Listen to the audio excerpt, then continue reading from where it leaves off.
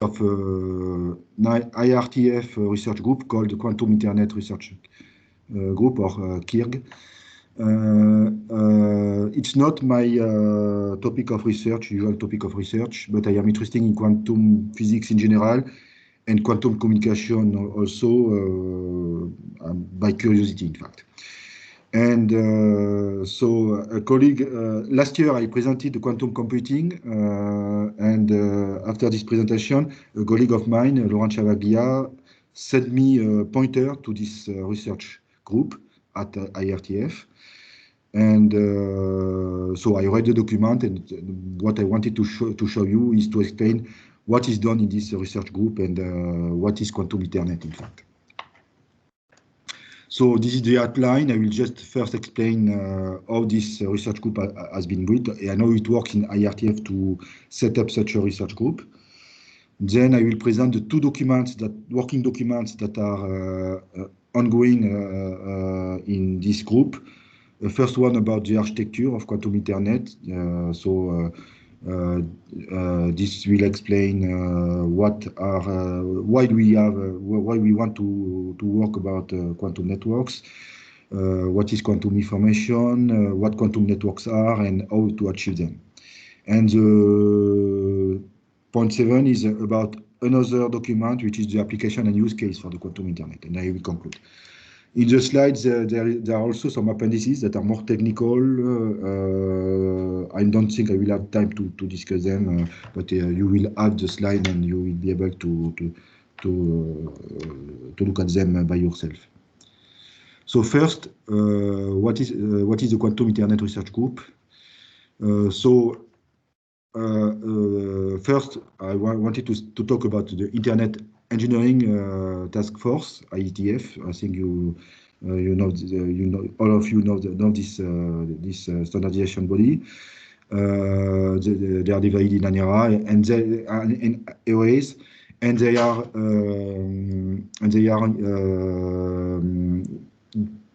producing standardization document called request for comments.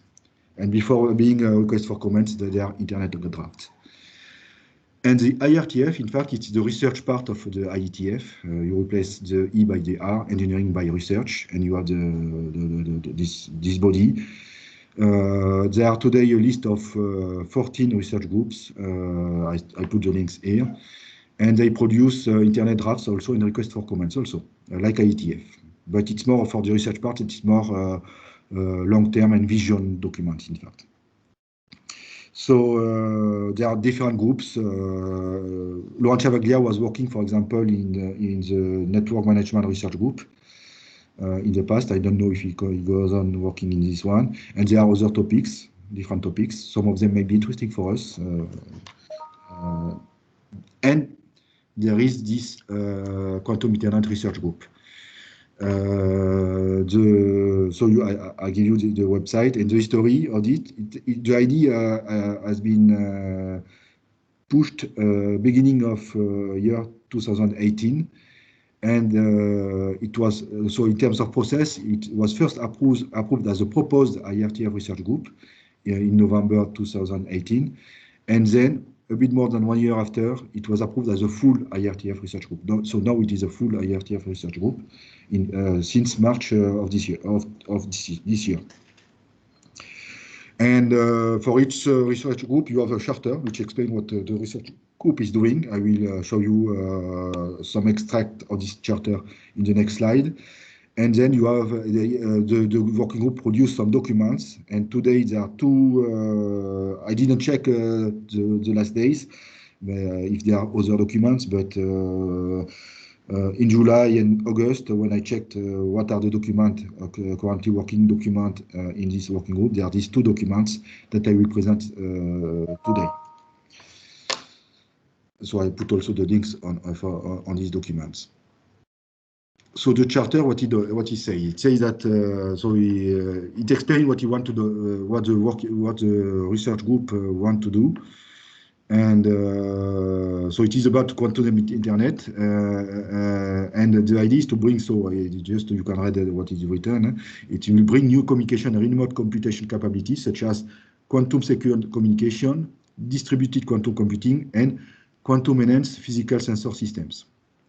And a key aspect of it is all about the cryptographic quantum cryptography with the quantum key distribution and also what they call the quantum Byzantine agreement. So the idea is really to address some questions, research questions about how to build the quantum networks, and in particular in terms of architecture.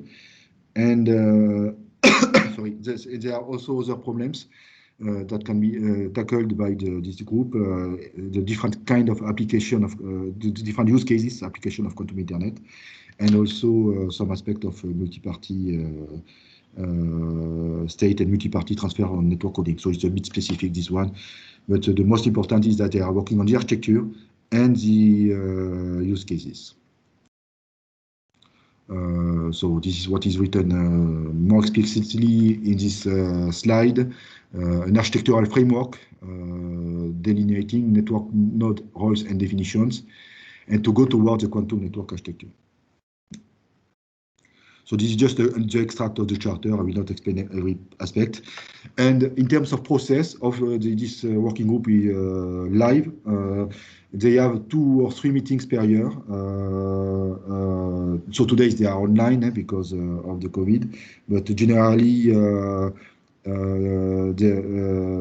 in normal use, the research group have meetings associated either with some specific conference on the topic, or either with the IETF meetings, regular meetings. I think there are 3 or 4 per year. I do not remember exactly the same, the exact number. And also in terms of membership, everyone can participate. It is open. So that is about the research group. And now I will explain, we'll describe the 2 documents. And the first document is about the architecture, and in the introduction of this document, they explain why we should work on quantum networks at the IRTF. So they give a first definition, which is important to understand what we call quantum networks. Quantum networks are distributed systems of quantum device. And so quantum device, what is a quantum device? It's a device that uses some specific aspect of quantum physics, such as superposition, entanglement between particles. You will see that it is a key point for the quantum internet in the next slides. Also quantum measurements to achieve things that we cannot achieve with classical networks. So a quantum device may be simple photonic devices. You can have entangled photons, but it can be also large-scale quantum computers, but it is more futuristic for that. So, will quantum networks replace classical networks? No. In fact, a quantum network is not meant to replace classical networks. But their vision is more hybrid networks. So you will have the classical networks, and in parallel of it, you will have quantum networks, and they will work in a hybrid manner. In fact, they will interact all together, each together, in order to bring new functionalities thanks to the quantum properties. But you will still have a classical networks. It's more easier, it's more efficient, it's more a lot of things. It just the quantum network is just there to bring something new that we cannot do with classical networks. And the application they list in the introduction are secure communication with the quantum key distribution, distributed quantum computation, but here we need first to have something a bit stronger in terms of quantum computing, and also quantum enhanced measurement networks. Quantum physics is also a big help to have more precise measurement with very, very high precision. And the most well-known and already existing application of quantum communication is the quantum key distribution. For the moment, it is just point-to-point, and for short distance, less than 100 kilometers. And the objective of quantum networks is to have larger networks with more nodes and with larger distance, also with some quantum repeaters, as you will see in my presentation. So, what is the current situation? There are some quantum devices that are feasible and realized already made, at least at the research stage. We can connect such quantum device, but there are still a lot of errors produced during this interconnection because of interaction between the quantum systems and the external other systems. There is the problem of decoherence that you may have heard about, that brings a lot of errors in terms of quantum communication and processing. So what do we need to do for quantum networks? How to run these networks? We need to answer this question. How to manage them, and to manage them in something that is similar, but is a bit similar, but there are some differences, as you will see, in terms of sending, receiving. All what we have in the classical networks, we will have a kind of equivalent in the quantum networks, and we need to manage them. We need to also have a robust protocols to manage the communication within the quantum networks, and that is the general vision given in the introduction of the architectural principle for a quantum Internet document. So the second section of this document is about quantum information. They explain what is quantum information, and so they explain it quite classically using the Hilbert space and the modeling of the quantum physics. And here, what I want to do is something a bit different from the first presentation I did last year about quantum computing, which was quite formal and using a lot the Hilbert space and so on. Here, I want to avoid to use the Hilbert space in my presentation. So I will try to show you what is the quantum information and how quantum physics works, using mainly the notion of information, and using what I indicate here, the relational interpretation of quantum mechanics from Carlo Rovelli. And I gave you on the slide links to a paper of relational quantum mechanics from Carlo Rovelli that give an interpretation that I find very useful to understand what is really behind quantum mechanics. But it is just an interpretation. There are many other ones. So, what are qubits without talking about Hilbert space? First, the idea is that is about information, observation, interaction. In fact, they are the same.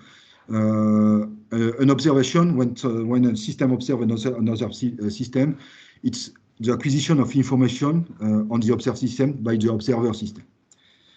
And how a system can observe another system simply by interacting with it. And in fact, what we call an interaction between systems is simply an observation between these two systems, but seen by another observer, which is external to the interaction. So interaction, observation, and information exchange is the same. And the state is the knowledge an observer system has on an observed system. This comes from the first point. And this has a strong consequence. It means that the state of the system, the quantum states, depend on the observer. It is one of the main points of this relational interpretation of quantum mechanics. There is no absolute for this interpretation, and it helps to break to break a lot of paradoxes in quantum mechanics. The state is relative to the observer, a bit like the time and space are relative to the observer in Einstein's relativity. But an important point is an observer can always also get new information on the system, replacing the the system will store this information. In fact, when a system acquires information about another system, it stores this information. So replacing the old one he had about this system, information renewal. Now we can explain what is a qubit. A qubit represents 1 bit of information. We can call this, so it can be 2 states, 0 or 1, after a given measurement. So it comes from 2. The choice of 0 and 1 is just a convention. You can call it, there are just 2 states, and it can be one or the other, giving 1 bit of information. If you consider an initial state, which is 0, after a first given measurement, with, you may have different measurements, as you will see later, but it's a given measurement. In a given measurement basis, we get an initial state which is in state 0. You can have different measurement bases on the same qubit after this initial measurements. You can do the same measurements, then there is no renewal of information because you already have this information. And so it is 100% 0. The probability of 0 is still 100%, and you will never be able to measure 1 if it is the same basis. But as the point 3, as it is explained in the point 3 above, you can always get new information. So there exist other measurements bases, and then you can have a maximal complementary measurement basis in which you will have a full renewal of information, 1 bit. This means with the theory of information of Shannon and the entropy of Shannon, this means that you will have 50% chance to measure 0 and 50% chance to measure 1, which correspond to 1 bit of information. And you can use it as an intrinsic random generator, for example. And there are systems that are using quantum physics to get intrinsic random generator, physical intrinsic random generator using this principle.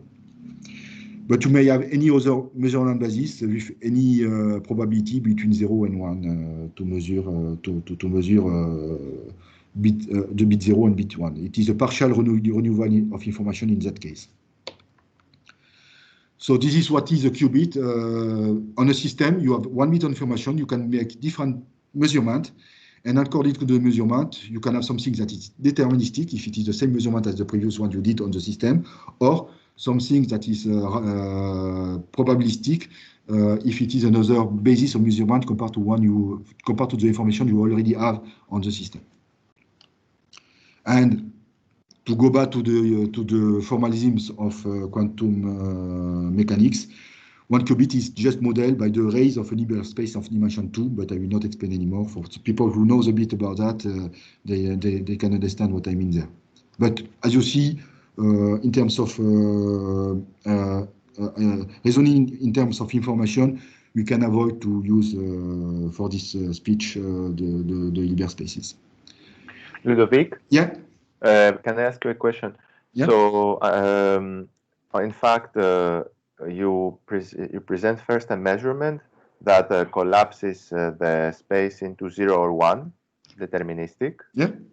And then you, after having made this measurement, you add another measurement sequentially, Yeah. which can now give randomness. Yeah, because it is a different measurement. You measure something differently. Now, my question is, first, how can you know the appropriate basis to give you a deterministic measurement at the beginning? And the second is, if you had used a different basis, would you have the same maximal complementarity measurement after that? Or this would change? That means that if the series of bases that you use as measurements change the result. So first, as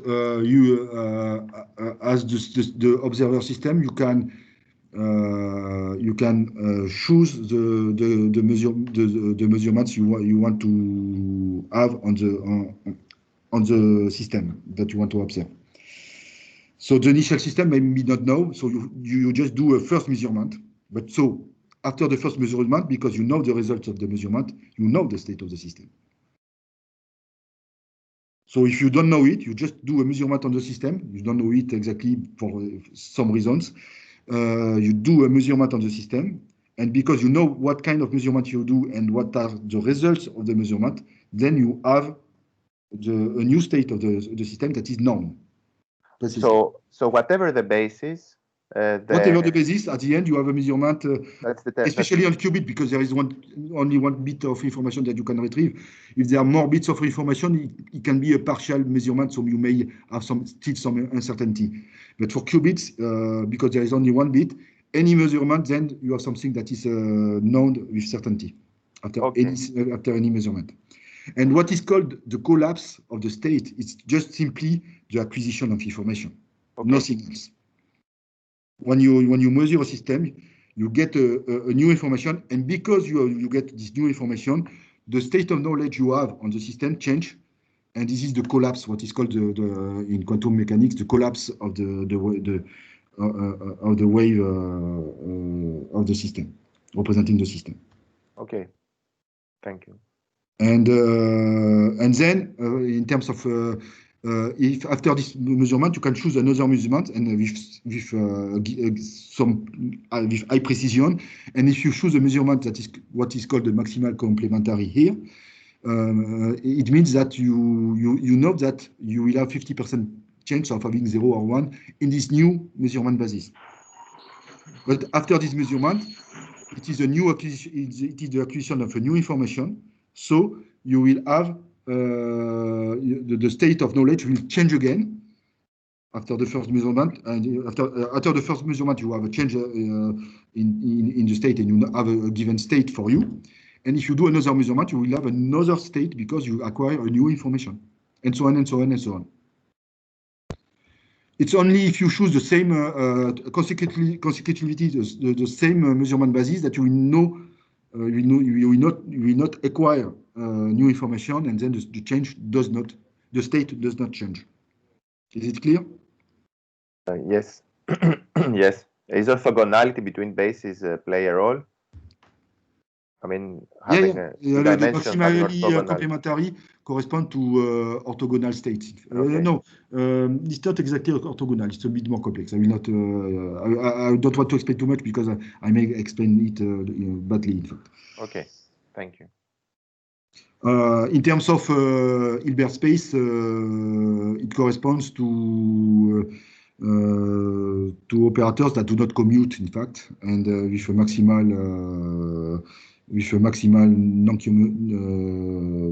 non-commuting product, in fact. For the multiple qubits, in fact, so I will explain you the same relational interpretation of quantum mechanics. So I explain what is one qubit, and qubits represent n bits of information. They are in parallel. If they are not interacting, they are independent, and with this, what we call a separable state. We can measure them. We can know the state of each of them separately and make some processing and measurement on them without changing just our state of knowledge on the other qubits. This part is important. If they are interacting, this means that they observe each other. In fact, as I told you, an interaction is also information acquisition, but just seen externally from a third party. So if they are interacting,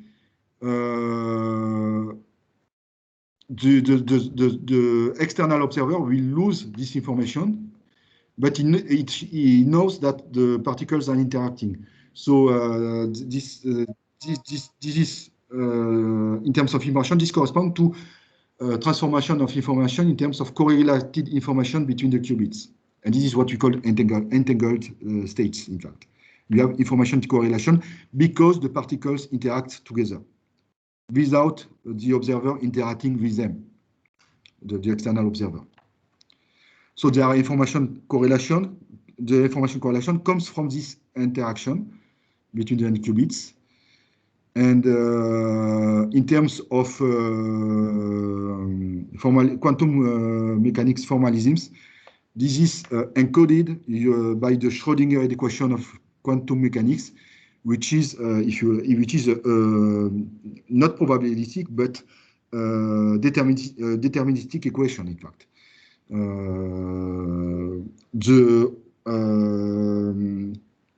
the external observer do not acquire information during the time the n qubits interact together.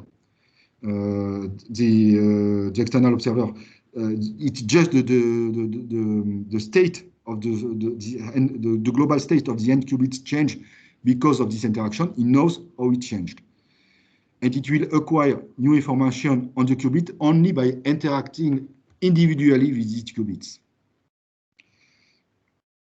So the information on individual qubits is partially or fully lost by the external observer, but this is transformed into information correlation between the qubits.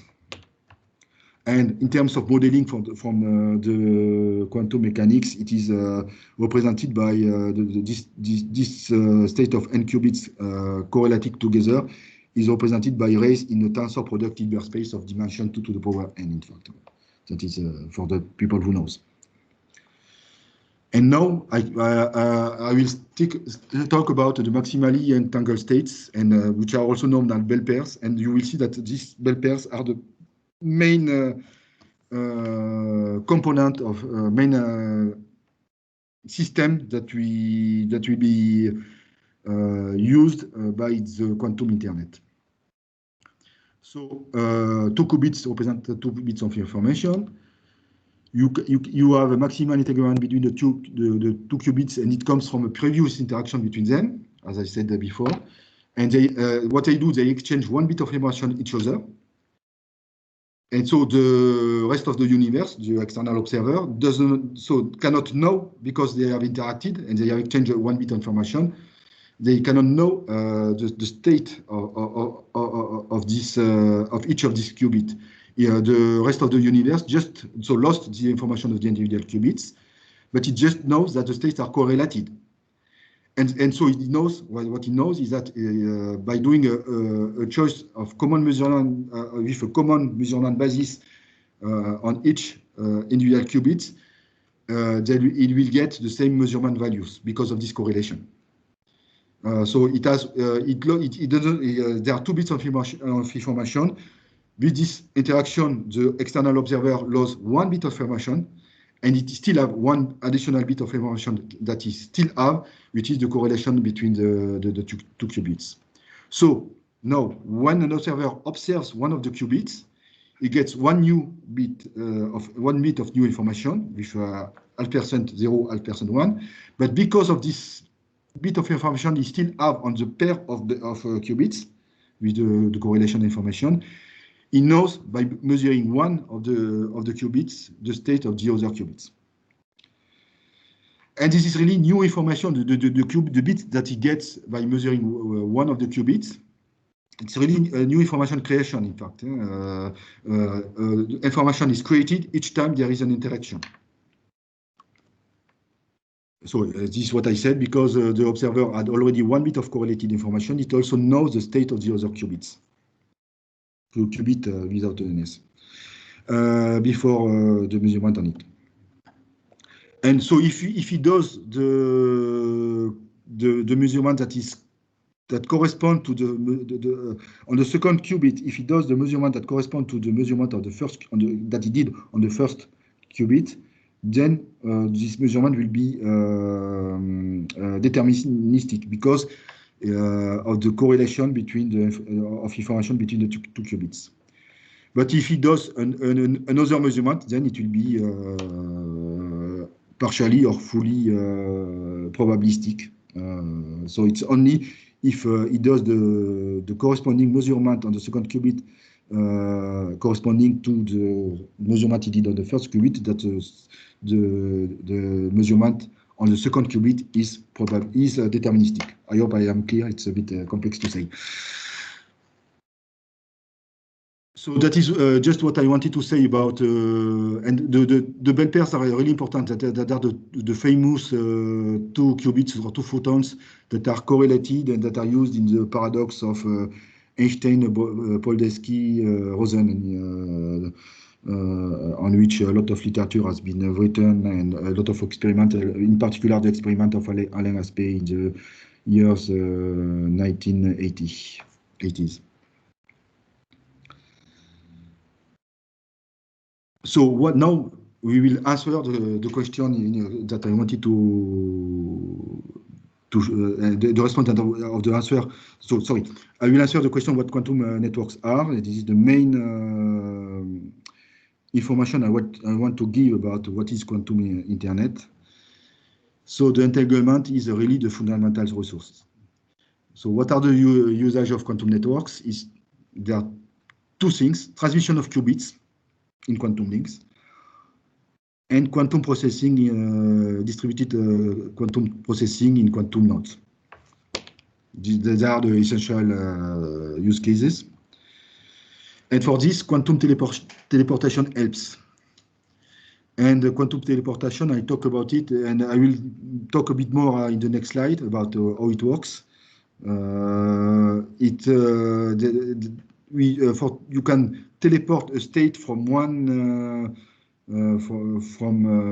system to another system, even if you don't know the state, because you didn't have measured the state of the qubit, by using quantum teleportation. And for quantum teleportation, you need to use a Bell pair, maximally entangled pair, to do it. So by doing that, you can do whatever you want in terms of quantum communication in a network. So a quantum network is just a distributed system to create maximally entangled pairs or Bell pairs of qubits between any pair of nodes in this network. It just does that. Of course, you have all the control that goes around, but a quantum network will just do that. If you have something like this, you can do everything that you want in terms of quantum communication and quantum distributed computing and so on. So what need to be done by the quantum network is to create maximally entangled pairs or Bell pairs of qubits in each quantum node, to have a short-range direct transmission of qubits with the neighbors for the neighboring nodes sharing Bell pairs. And then you use quantum teleportation to transmit up by up the entanglement from between more distant quantum nodes. And then you use classical communication to transmit the control bits that are required for quantum teleportation. You will see later what it is. And in fact, there are some measurements on one qubit, and the measurements are classical bits that you can transmit in the classical network to perform the quantum teleportation at distance. And then once you have sharing of entangled pairs between any pair of nodes in the network, you can use it at this endpoint and consume them to do either quantum key distribution protocol directly, or to consume them using again quantum teleportation to transmit qubit from one quantum processor to another one, for example, a distant one, using this quantum teleportation. So the really key thing in quantum networks is the set of Bell pairs or maximally entangled pairs that can be shared between the different nodes of the quantum networks. How can we achieve that? So I will explain this with, in particular, with the quantum teleportation. But before, to explain what is quantum teleportation, we can also have direct transmission of qubits. But there are a lot of challenges, and the problem, there are many problems due, and most of them due to theoretical barriers. There is first the measurement problem. If you measure a qubit, it destroys the qubit. You have a state, and you cannot reproduce from this only state the state it was before, if you don't know it. There is a what we call the wavering function collapse principle, which corresponds to the measurement. And the measurement, I want to remind you, is simply the acquisition of any information on the system that you are measuring, here the qubit. There is the problem of the no-cloning theorem. It is a theoretical impossibility. We need to do with this. We must do with this. Quantum qubits cannot be duplicated. So in classical networks, you can amplify. So you can duplicate the photons to have more photons to transmit the signals on longer distance. But quantum qubits cannot be duplicated, so you cannot have amplification.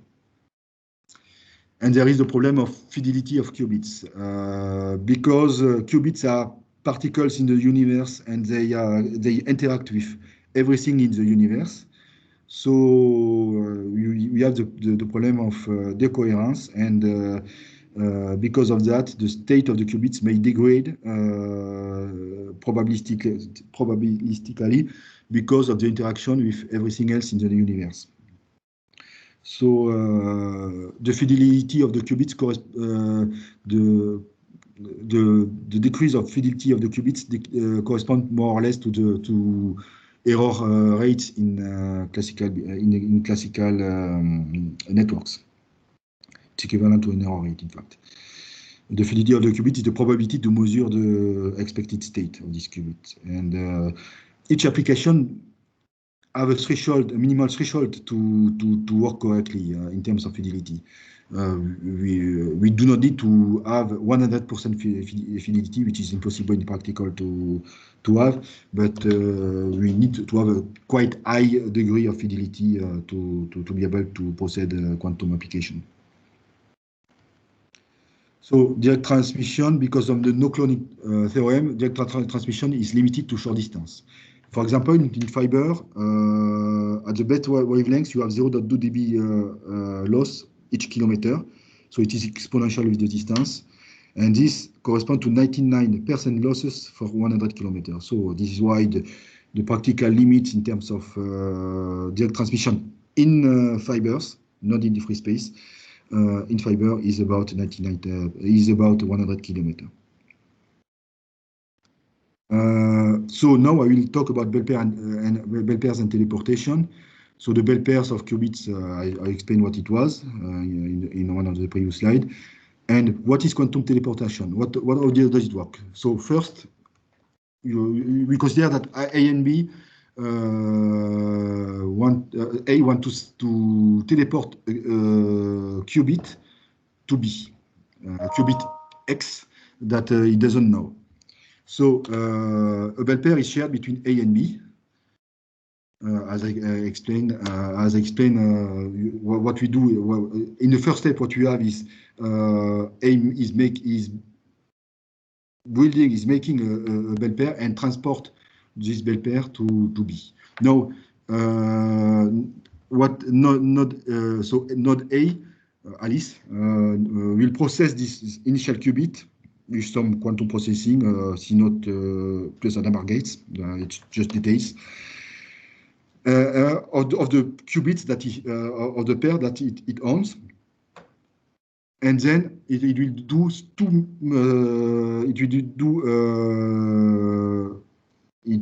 so the processing of this qubit. It has two bits. The bits A want to transmit to B. In terms of it was want to teleport to B, and the first bit of the Bell pair. So it will do two measurements on this, two qubits that will destroy them, and it will produce two classical bits. These two classical bits are not enough to reconstruct the initial qubit, as I said, but we will need to use the qubit of the Bell pair that is owned by B to reconstruct the state of X in node B. So then we use a classical channel to transmit these two qubits between A and B, classical internet. And then B will use these two classical bits to process the second qubit of the Bell pair that it owns in order to transfer the state of the initial of the qubit X in A inside the qubit it owns. So this is the quantum processing is a CNOT and CZ gate. So this is the scheme of teleportation. I already showed this last year, but I will explain a bit differently today. So here you have the qubit you want to X that you want to that Alice want to teleport to Bob. This is the integral pair that is shared between Alice and Bob. So this is just to preparation of the Bell pair. Don't worry about that. So you see here that you have 50%, 0, 0, and 50%. This corresponds to the correlated 50% to have 0, 0, or 50% chance to have 1, 1 in terms of correlation in between the Bell pair. The qubit, one of the qubits of the pair is transmitted to Bob, and Alice quantum process the qubit to be teleported with the qubit, one of the first qubit of the Bell pair with a CNOT gate and Hadamard gate. So, and then process some measurement. And there is maximal, process some measurement. There are some quantum measurement. You see maximal randomness here in terms of what Alice will measure. And if we do some measurement on the qubit transported to Bob, it will be also maximal randomness. But there are correlation between them. This is why here you don't have maximal randomness. You have something that is unbalanced in terms of probabilities. It is 0, 0, 0 to 1, 1, 1 in terms of the three possibility of measurement on the three qubits. So Alice measured these two qubits, sends them to Bob, that process them with that use them to process the second qubit of the Bell pair it owns with the CNOT and the control NOT and the control Z gates, and then here you have the teleported qubits. So just to show you, this comes from some tools that you can find on the internet. So this is the scheme I showed you, and you see that by doing that, here we change the state. This is just a representation of the state. Do not worry about what it is exactly. This is what it corresponds exactly. So this just shows that the state change, and you see that here you really change the state in the same way. And this really by putting this gate, for example, if you remove this, then you do not represent you do not have the same state here than the state you have here. You really need all the gates that was represented. So this is about quantum teleportation. Then you have a life cycle of entanglement inside the quantum in the quantum network. First, you need to have elementary link generation. So it is the creation of Bell pair locally. And here you have three ways to do it. You need to have a sharing of the Bell pairs in neighborhood. So what you can do is transmit one of, as I said before, Alice can, the node A can transmit one of the qubits to the neighbor node B. So it is a first scheme that is at source. And midpoint is this node in the middle can send the two qubits to the neighbors B and C. So B and C then will share a Bell pair. And at both ends, it is the reverse. B and C will send two qubits, and you will have some processing in the determinant node to get entanglement between the node B and C, A being in the middle. And there are some mechanisms to ensure that the processes are successful, because you may still have some errors. I don't know them, in fact, to be honest, but there are some processes that exist to ensure that the transmission of the qubit works correctly. This is the first step. The second step for quantum teleportation is using quantum teleportation is the entanglement swapping. That will be used to transfer the entanglement hop by hop to distance nodes. I will correct the slide. Ok, qu'est-ce qu'il fait? Ok. And then you need also to correct the errors that may that the quantum process may bring because of imperfections. The fidelity may degrade, and there are some process a bit like error correction. There exists some process to purify and to increase the fidelity between two qubits, between for the state of the qubit. And then you need to deliver the bell pair to the applications that are at the two end nodes of the communication inside the network. So to show you why quantum teleportation is a big help, I will explain how it allows transfer of correlation and entanglement to longer distance. So quantum teleportation for entanglement swapping works like this. First, there is a bell pair creation in node A and B. Then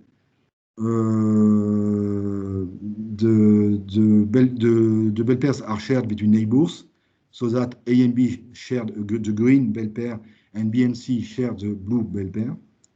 This is the source scheme I was talking before. Then you have quantum teleportation in B. B teleports the qubits from A to C through the blue bell pair.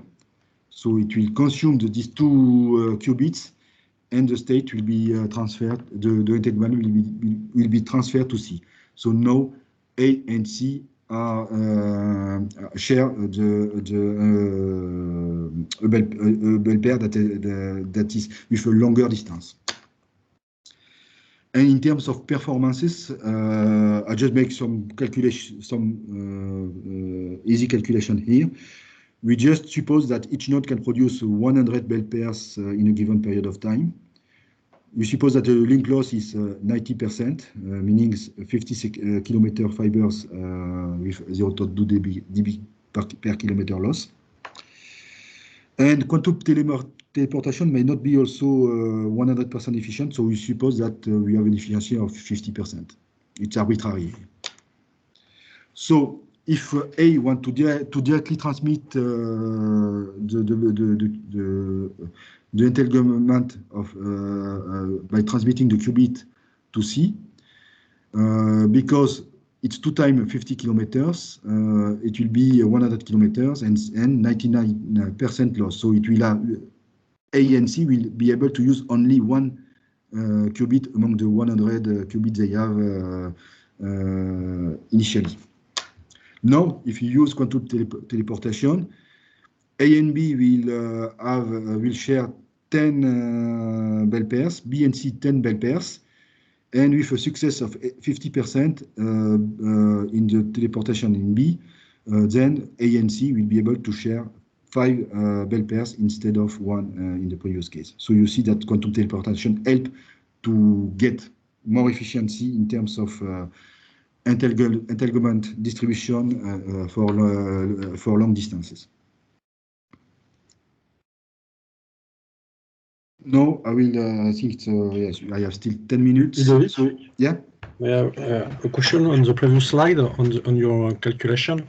The link loss 90% is for qubit transport. It's not related to classical bit transport, because I've understood that you.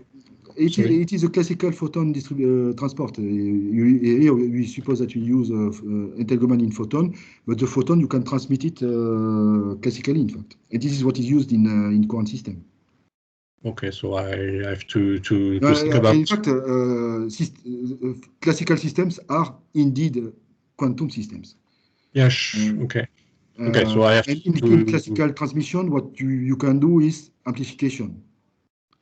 Okay. But the photons the photons. But then if you do amplification, you lose some quantum states of the photons. But you do not need to use the quantum states in classical transmission. In quantum transmission, you need to use the quantum information. Okay, so I don't understand how you reach 5 usable Bell pairs for... Because here,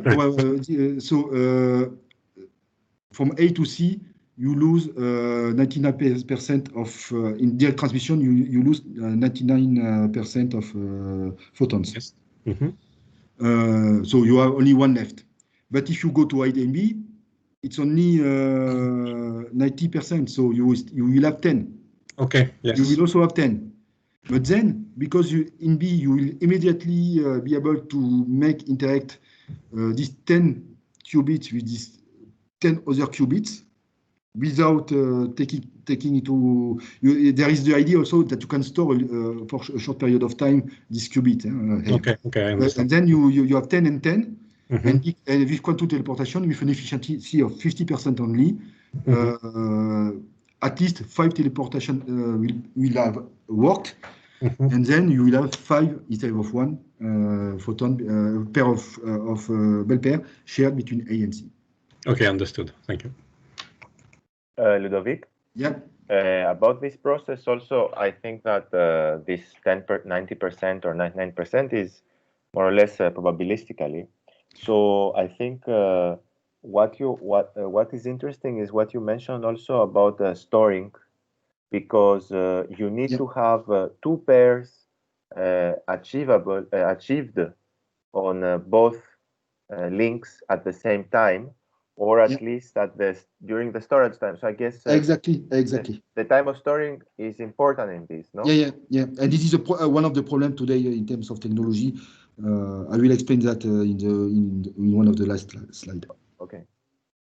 Yes, this is really the problem. You need to be able to transmit qubits. So photons are very useful for that. But then you need to store them, and storing photons is something complex.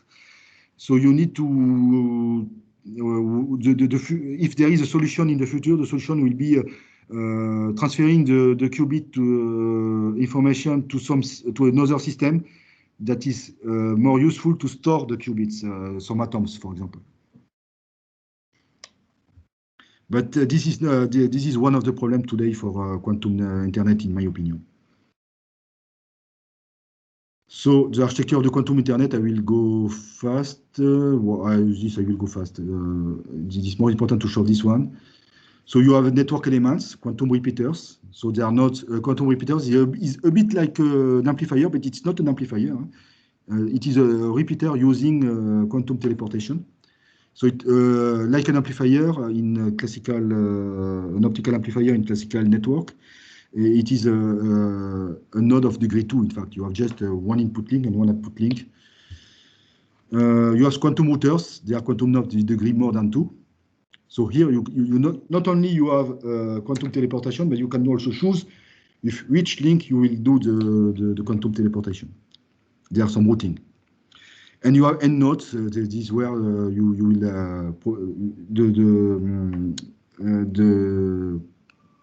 the qubit will be delivered to the application. Then you have non-quantum nodes, classical networks, and links. You have quantum links and classical links. Classical links, it can be anything. Quantum links, if you use photons, it will be fibers, but without optical amplification, because amplification destroys the state of the quantum state. You cannot clone the qubits. And then you have user application consuming the entangled pairs of qubits. So this is the quantum networks. You have a repeater, router, and end nodes. Formally, they are separated, but they do not be associated to the quantum router here. But formally, here we split the function between what is inside the network for the communication and at the border to deliver the qubits. And then you have the classical networks with the app. And in terms of control, you will have the classical networks will be used to control the quantum networks, and in particular for the quantum teleportation, the classical network will be used to transmit the 2 bits, the 2 measurements, the 2 bits of measurements that is done on a node to the receiving node. So there are physical constraints. So memory lifetimes, it is what Anastasios, what you was talking about, because of decoherence, which cause there are noise due to the interaction with the environment, the rest of the universe. So today, the highest achievable values are of the order of seconds, but it is for systems using atoms. For photons, we cannot store photons like this. Rates, currently, the highest achievable rates between nodes capable of storing the result in qubits are of the order of 10 Hertz. So it's not, it's 0.1 bit per second. It's not so high. Combined with the short memory lifetimes, this is to very tight timing windows to build up network connectivity. So in terms of technology, we need to do some progress on these two aspects. For the communication qubit, what I wanted to say here, not important, is what? Homogeneity, yes, this is what I was saying before. Currently, the solution are using only one technology. For example, if you use photons, you have photons end-to-end. We need to couple this technology to overcome the limitation in terms of transmission and in terms of memory, because each technology can be good for one and not good for the other. But this may take a long time to realize this with the high reliability that we need for an ITEM goal. So all this is something that is written in the document. I just summarize the main ideas. So these are the goals. I will go fast. It's not very interesting. Principle. Yes, it's just a repetition here. Entanglement is a key point. Bell pairs is really the fundamental service building block of the quantum network. What is important also to know is that bell pairs are indistinguishable. This is why we can teleport, in fact. Once the state is teleported, you cannot make the difference, except that the location is different between the two qubits. You cannot make the difference between one qubit, the qubit that was before it was teleported in one location, and the qubit that has been teleported in the other location. Two systems with the same quantum state are indistinguishable by theory, in fact. They are the same. Fidelity is part of the service. It corresponds to the error rate. And time is an important aspect because of the coherence and the memory lifetime. And so we need to have some things that goes very fast if you want to have something working at long distance. And we need to be flexible in terms of future. It must work with the architecture must work with the current generation, but also we must be able to adapt to the new technology that will come in the future. What is important is the comparison with classical networks. It is connection oriented. It cannot be and stateful because of the quantum teleportation. In quantum teleportation, you need to be able to know what are the qubits that are entangled at distance. And so it is connection oriented. And it is connection oriented, but the direction of the transmission is not important because at the end you have bell pair entanglement. If the process of transferring the entanglement was in one direction or the other direction, at the end it's the same because, as I said before, bell pairs are indistinguishable. At the end you have the same a bell pair. So you cannot distinguish it. You cannot say no if after the process if it was transmitted from one side or from the other side. So there are some ideas to use MPLS-like because it is connection-oriented, in fact. In terms of security consideration, it is one important part. I think I'm a bit long. I have almost finished. I will go fast on the application. It is important for the security. Entangled qubits do not carry individual information, only correlation information. And the information is created when the endpoints are measuring the qubits. So there is no information carried with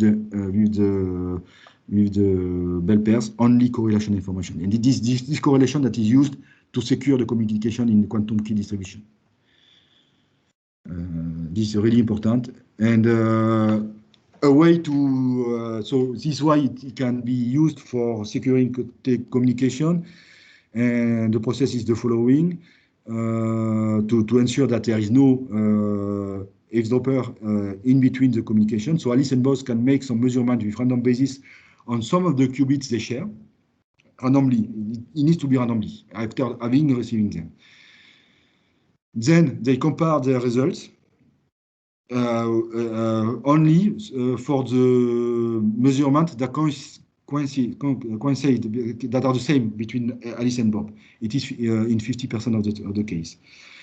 If they do not correspond, they forgot the result, but they keep only the result when they do the same kind of measurement. And if there is an eavesdropper in between, then its action will be detected. Because if there is no eavesdropper, they should measure the same bit. If there is a proportion of bits high enough, there can be some errors, high enough that it shows that there is someone in between that do some measurement. And this cannot be, there is a proof, I give the proof in the annexes. There is a proof that we can prove using the quantum formalisms that F cannot do anything in between intercepting one or the two qubits to be able to know what information Alice and Bob will exchange using this bell pair. It's not possible, theoretically. But quantum Ethernet can be insecure by other aspects. It is still possible to attack the control the protocol if they are not done in a good way. They can also, what is important is we can detect an extrusion, but the identity of when you are, if you communicate with quantum communication, you must be sure of with whom what you are communicating. If you believe that you communicate with Bob, but it is Eve instead, then even if the communication is safe, because the endpoint, the other endpoint is not Bob as you believe, but Eve, then it will not be secure. In fact, you really need to authentify by other means the person that with whom you are communicating to be sure that there is no problem. The application, as I said, the quantum key distribution. You can also, for network clock synchronization, quantum communication, quantum internet can increase also. I don't know exactly how it is done. It can increase also the precision of the distributed clock. And you also can have a quantum computing application with many with distributed quantum computing, but it is more futuristic. I will not go in the details. So you have here I describe the protocol between Alice and Bob for the quantum key distribution. I think I'm too long. Distributed computing, it's simply it's like the cloud, but it is a quantum cloud. In fact, you have a quantum computer in different locations, and then you exchange qubits between them to get something bigger. Okay, and I will conclude. So, quantum Ethernet is the main message of this presentation. Quantum Ethernet is the distributed system to create fully integrated pairs of qubits between any pairs of nodes in the network. And only that. And the pair of these pairs of in between the end nodes are consumed either for quantum key distribution, and it is the most advanced. So it is something that is quantum key distribution is something that is existing. But for today it is limited to short distance because quantum teleportation is not yet fully efficient enough. And it can be also used to quantum teleport qubits between distributed quantum processors. But this is more futuristic because in my opinion, we do not have yet enough efficient quantum processors. So the technological status is the following. Some people have doubts of the utility of such quantum internet. My personal point of view is that quantum internet may help and be useful for long distance quantum key distribution. And short distance quantum key distribution is already commercially available. There are some enterprises that I don't know if there is a big market, and there are some enterprises selling such systems. And I will end here, in fact. Then I have the appendices that you will have here. You can have a look after. Any question?